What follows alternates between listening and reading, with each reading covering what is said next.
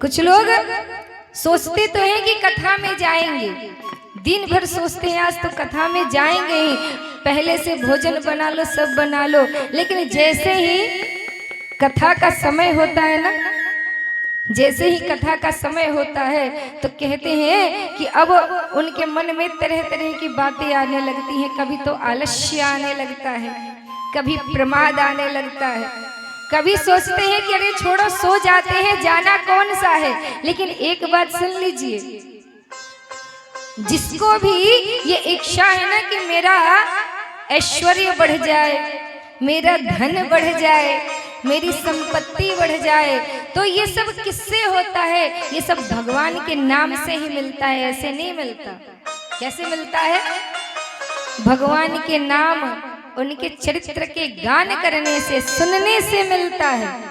ये भगवान ने जो कान दिए हैं ना आपको, ये दो कान किस लिए दिए हैं? इसलिए नहीं कि भैया संसार में घूमते रहो, कभी इसकी बातें कभी इसकी बातें सुनते रहो, इसके लिए नहीं दिया है। ये जो दो कान दिए हैं इसलिए दिए हैं ताकि इससे भगवान के चरित्र का श्रवण करो। जब हमारे श्याम सुंदर सरकार लीला कर रहे थे, तो जब वो लीला कर रहे थे ना, तो वन में खड़े होकर के टेढ़ी टांग करके जब भगवान बांसुरी बजाते थे, तो देखिए हम इंसान होकर के कितने पापी समझ लीजिए या फिर मंद भाग्य समझ लीजिए कि मानव शरीर में होकर के भी भगवान का नाम नहीं गाते हैं। और वहां पर ऐसा था कि भगवान को बंसी बजाते देख करके जो जंगल के हिरण थे ना, हिरण देखे हैं आप लोग? तो जो जंगल के हिरण थे वो भगवान की जैसे बंसी सुनते थे वैसे सब कुछ छोड़ करके भगवान के पास चले जाते थे। अगर कोई गाय मुख में कहीं से घास का तिनका रखी है, घास रखी है मुख में, तो कहते हैं कि जैसे ही श्याम सुंदर सरकार को देखती है तो उसका मुख खुला का खुला रह जाता है। अगर मुख उसका खुला है ना तो मुख खुला ही रह गया, और अपनी दोनों आंखों से भर भर के श्याम सुंदर की छवि को देखती है। आंख इसीलिए दिए हैं ताकि भगवान की छवि देखे, कान इसलिए दिए हैं ताकि उनके चरित्र सुने, मन आपका इसलिए है ताकि मन से ये ना सोचे कि आज 2 करोड़ मिल जाए, आज 5 करोड़ मिल जाए। मन इसलिए दिए हैं ताकि इस मन से भगवान के सुंदर प्रतिबिंब का चिंतन करें कि भगवान का स्वरूप कितना सुंदर है।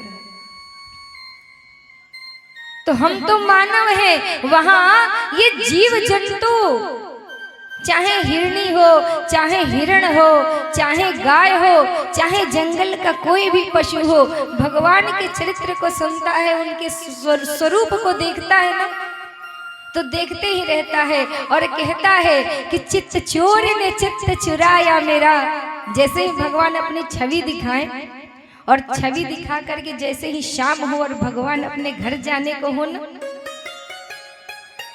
जैसे आपके यहाँ भगवान प्रकट हो गए, और प्रकट हो करके कुछ समय तो उन्होंने अपनी सुंदर रूप माधुरी का दर्शन कराया, और उसके बाद भगवान वहां से ओझल हो जाएं, चले जाएं, तो कहते हैं कि जैसे ही भगवान जाते हैं तो जितने उस वन के पशु हैं, पक्षी हैं, जीव हैं, जंतु हैं, सब विकल हो जाते थे, सब रोने लगते थे और कहते थे कि चित्त चोर ने चित्त चुराया मेरा, श्री कृष्ण गया अब भाज कहाँ, ब्रजमंडल के युवराज बिना सुख का सब साज समाज कहाँ। कहते हैं कि सुख नहीं चाहिए मुझे, हमारा सबसे बड़ा सुख यही है कि हमें श्याम सुंदर के दर्शन हो, श्री रामचंद्र जी के दर्शन हो, श्री कृष्ण जी के दर्शन हो। और कोई कोई ऐसी गाय होती थी जो कन्हैया जैसे ही वहां से जाते थे तो हर एक पत्तों में, हर एक झाड़ियों में कृष्ण जी को ढूंढने लगती थी कि भगवान कहाँ चले गए। दूसरी कहती थी कि अरे वो तो चले गए, कहाँ ढूंढ रही हो? तो कह रही है कि जब श्याम सुंदर सरकार ने चित्त चुरा लिया, मन की लगन लग गई, तो कह रही कि क्या बताऊं सखी, जब लाग गई तब लाज कहाँ, अरे मेरा मन तो कन्हैया में लग गया, अब क्या देखा जाए। आप बताइए, जब तक भक्ति नहीं रहेगी तो श्याम सुंदर सरकार के दर्शन कहाँ से होंगे? आप में से कौन कौन चाहेगा कि भगवान के दर्शन हो जाए? सब कोई चाहते हैं भगवान के दर्शन हो जाए। तो मन को पहले गोपियों की तरह बनाना चाहिए। मन को किसकी तरह बनाना चाहिए? अब बोल तो दीजिए। गोपियों की तरह बनाना चाहिए। यहाँ तो जयकारे में नाम नहीं निकलता, मन कहाँ से बनेगा? सबसे पहले मुख से नाम लीजिए, और मुख से नाम लेते लेते ऐसा होगा कि आपका मन भी धीरे धीरे सोते सोते भगवान का नाम जपेगा। जागते जागते नाम जपने की आदत बनाएंगे ना, तभी सोने के बाद भी आपके मन से कृष्ण कृष्ण राम राम जब निकलने लगे, तब समझिए कि कुछ भक्ति हो रही है। और यहाँ तो जागने में कहो कि नाम लो तो नाम नहीं लिया जाता, आवाज नहीं निकलती कि भैया कहीं भगवान का नाम ले लिया मैंने और कहीं नाम लेने के कारण हमारा गला खराब हो गया। ऐसा डर तो नहीं किसी को? एक बार ऐसे ही कथा हो रही थी, और कथा जब हो रही थी ना, तो पूछा गया कि कौन कौन बैकुंठ जाना चाहता है। अच्छा एक बात बताइए, आप में से कौन कौन चाहता है कि बैकुंठ चले जाए? कोई नहीं जाना चाहता। अब कुछ लोग तो सोच के हाथ उठाए रहे कि भैया बोले कैसे।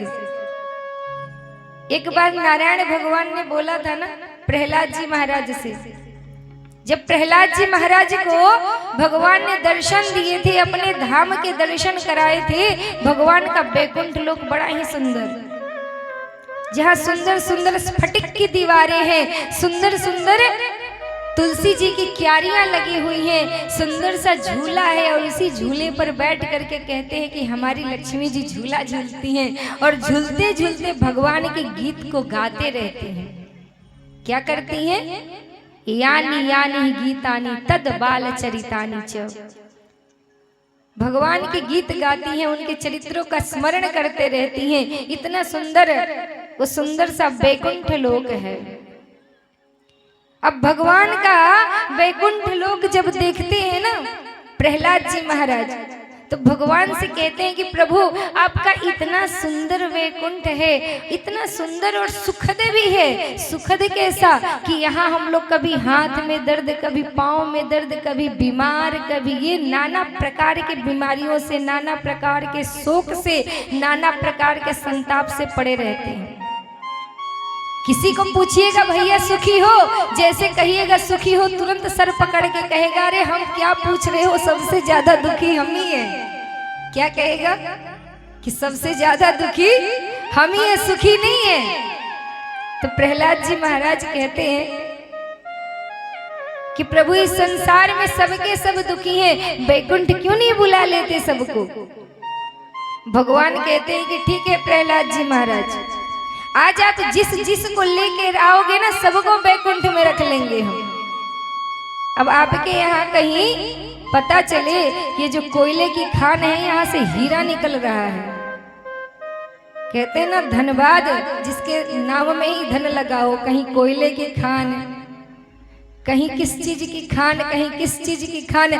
कमी है तो सिर्फ एक चीज में, वो भजन में, बाकी खाने में कमी नहीं है। चाहे वो सोने की खान हो, चाहे भोजन के खाने की बात हो।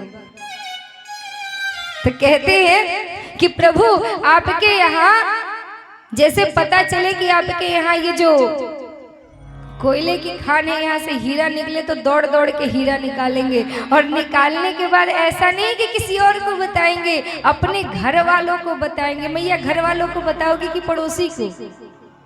घर वालों को पहले बताओगी कि अरे चलो वहां हीरा निकल रहा है, भर भर के लेकर के।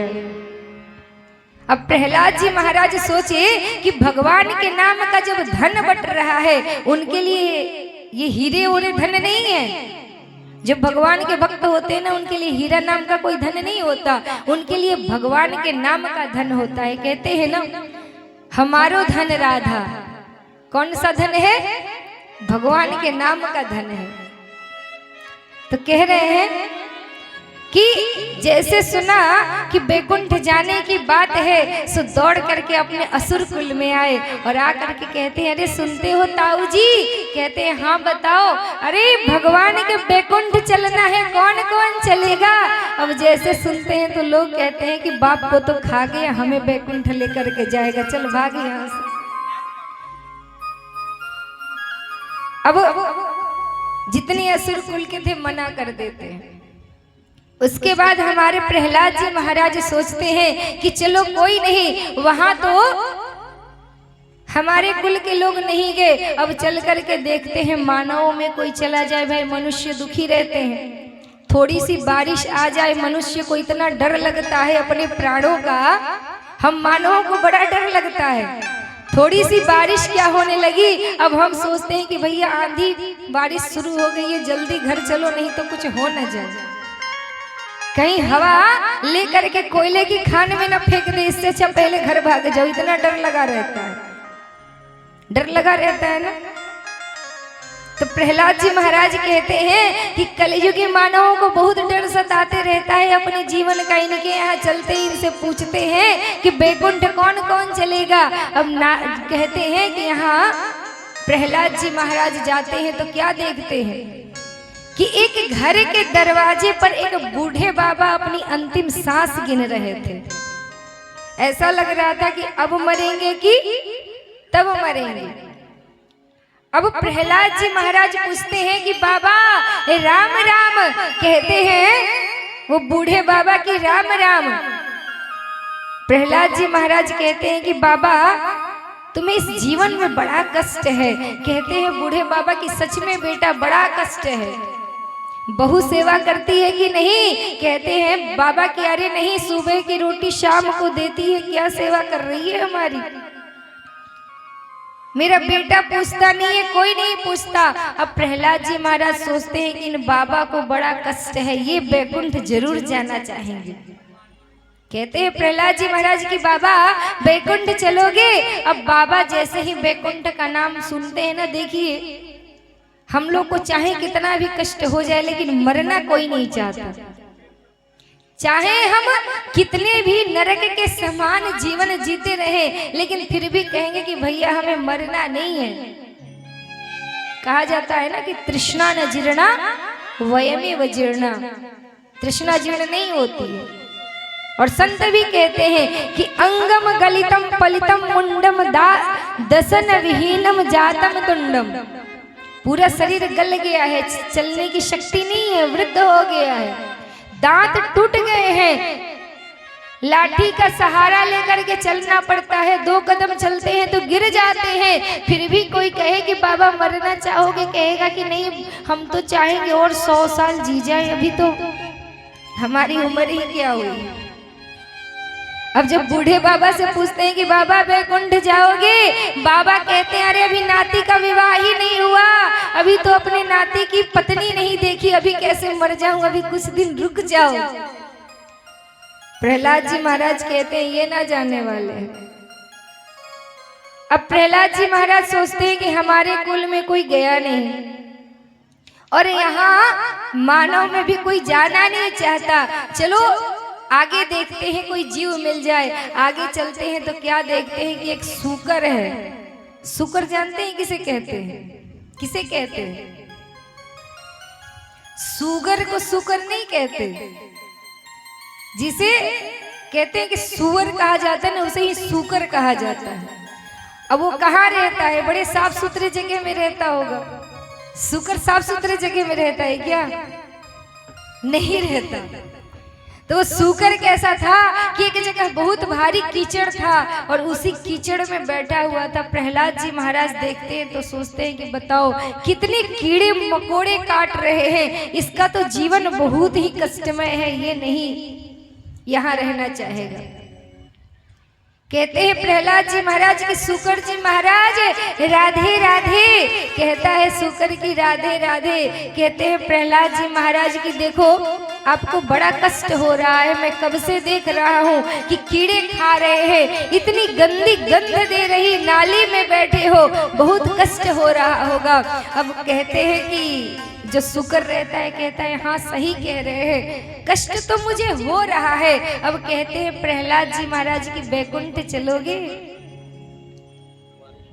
शुक्र कहता है कि बैकुंठ क्या होता है, मैंने आज तक नाम नहीं सुना। तो कहते हैं कि बैकुंठ वो जगह है ना जहाँ भगवान रहते हैं, बहुत सुंदर जगह है, साफ सुथरी जगह है। अब ये कहता है कि सच में बहुत बढ़िया जगह है। कहते हैं कि हाँ बढ़िया जगह है। अब शुक्र 2 कदम आगे चलता है, फिर 2 कदम पीछे देखता है। जिस कचड़े में बैठा हुआ था उससे कुछ दूर आगे चलता है, फिर पीछे उसको देखता है, फिर 4 कदम पीछे आगे चलता है, फिर उस नाली को देखता है और कहता है प्रहलाद जी महाराज क्षमा करना एक बात, लेकिन मैं जानना चाहता हूँ कि बैकुंठ में इतना सुंदर ये जो सरोवर है वो तो मिलेगा ना, भले कीड़े मकोड़े ना काटे, लेकिन ये सुंदर सा जो स्थान है जो मुझे आनंद की अनुभूति कराता है वो तो मिल जाएगा। कहते हैं प्रहलाद जी महाराज की राम राम क्या बात करते हो, बैकुंठ लोक में ऐसा थोड़े ना रहेगा। अब कहता है क्या कि महाराज चाहे आपका बैकुंठ कितना भी सुंदर हो, लेकिन मुझे तो यही आनंद आता है, मुझे कहीं और आनंद नहीं आता। कहने का तात्पर्य ये है कि जब हम संसार में फंसे हुए रहते हैं ना, तो भगवान जी का नाम कोई बार बार कहे तो भी नहीं ले पाते, और हमारे पुण्य ही होते हैं जिससे कि हमें सुख मिलता है, धन मिलता है, और हम सोचते हैं कि भैया हम तो सदा के धनी बन गए। कथा में आने की बात कहो तो 4 बार देखेंगे कि हमारी कोई तिजोरी खोल के पैसे ना निकाल ले, कैसे कथा में चले जाए। मंदिर भी जाएंगे तो भगवान में ध्यान कम रहेगा। मंदिर के बाहर जो अपनी चरण पादुका उतार के बैठे हैं ना, एक नजर भगवान को देखेंगे तो 4 बार अपनी चरण पादुका देखेंगे, कोई ले ना गया हो। तो भक्ति ऐसी नहीं होनी चाहिए। भगवान ने हमें आंखें दी हैं, इन आंखों से उनके स्वरूप का दर्शन कीजिए। कान दिए हैं, इन कानों से उनके चरित्र को सुनिए। और मुख इसलिए नहीं दिया कि सिर्फ आप खाओ, बढ़िया बढ़िया बना के मुख इसलिए भी दिया है ताकि कुछ उनके गुणगान भी कर लो। बोलिए सियावर रामचंद्र भगवान की जय। अब जय तो ऐसे बोल रहे हैं जैसे बहुत डर लग रहा हो कोई पकड़ के न ले जाए। बोलिए सियावर रामचंद्र भगवान की। तो भक्ति होनी चाहिए। कहा जाता है कि हमें जो धन वैभव मिलता है ना, वो हमारे पुण्य से मिलता है। पुण्य आता है अच्छे कर्म और भगवान के नाम से। और कहा जाता है कि क्षीणे पुण्य मृत्यु लोकम विशंति, जैसे ही हमारे पुण्य खत्म होते हैं ना, वैसे ही जो सुख ऐश्वर्य मिला है सब तुरंत खत्म हो जाता है और तुरंत हम अपनी जगह पे आ जाते हैं। हमारे शास्त्र हमें यही बताते हैं कि अपना जीवन भगवान की कथा को सुनने में लगाना चाहिए। हमारे भोलेनाथ जी महाराज भी रोज कथा सुनते हैं। कभी भोलेनाथ सुनाते हैं और माता पार्वती सुनती हैं, माता सती सुनती हैं, और कभी पार्वती जी सुनाती हैं तो भोलेनाथ सुनते हैं। तो अपने परिवार को ऐसा बना के रखना चाहिए, अपने परिवार को ऐसा बना के रखना चाहिए कि सिर्फ हम संसार में ही ना रहे कि ये खाना है, वो पीना है, यहाँ जाना है, वहाँ जाना है। क्योंकि कहा गया है कि जब तक जियोगे फुर्सत न होगी काम से। कुछ समय निकालो कि प्रेम करो भगवान से। किससे प्रेम? किससे करना है? थोड़ा जोर से बोलिए, प्रेम किससे करना है? भगवान से। तो समय ऐसा निकालना चाहिए। कहते हैं कि हमारे भोलेनाथ भी नित्य कथा सुनते रहते हैं। और एक बार कहते हैं कि हमारे भोलेनाथ के मन में इच्छा हुई कि कैलाश में तो पार्वती जी सती जी को बहुत कथा सुना दिया, ये सती जी ही अगले जन्म में पार्वती बनी है। तो भोलेनाथ सोचते हैं कि चलो कैलाश में तो बहुत कथाएं कह ली, अब किसी संत के यहाँ, किसी महात्मा के यहाँ जाकर के कथा सुनी जाए। क्योंकि संत महात्मा जो होते हैं ना, वो अपना जीवन भगवान के चरणों में लगा देते हैं। और जब अपना जीवन भगवान के चरणों में लगाते हैं तो शास्त्रों में कहा गया है कि वैसे संत के सामने बैठ करके जो कथा श्रवण की जाती है ना, तो वो कथा सीधे हमारे अंतःकरण में उतरती है। वो कथा जब सामने बैठ के सुनते हैं उससे हमारा जीवन सुधरता है। तो एक दिन हमारे भोलेनाथ जी आते हैं कहाँ, कुंभज ऋषि के यहाँ। त्रेता युग का समय चल रहा है और उस त्रेता युग के समय में भोलेनाथ आते हैं कुंभज ऋषि के यहाँ कथा सुनने।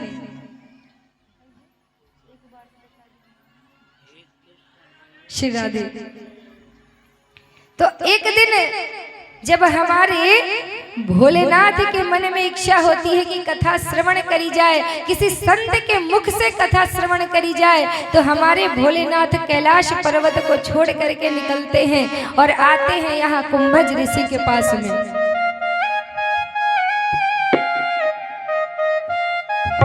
तो कहते हैं एक बार त्रेता जुग माही, एक बार त्रेता जुग माही, शंभु गए कुंभज ऋषि पाही।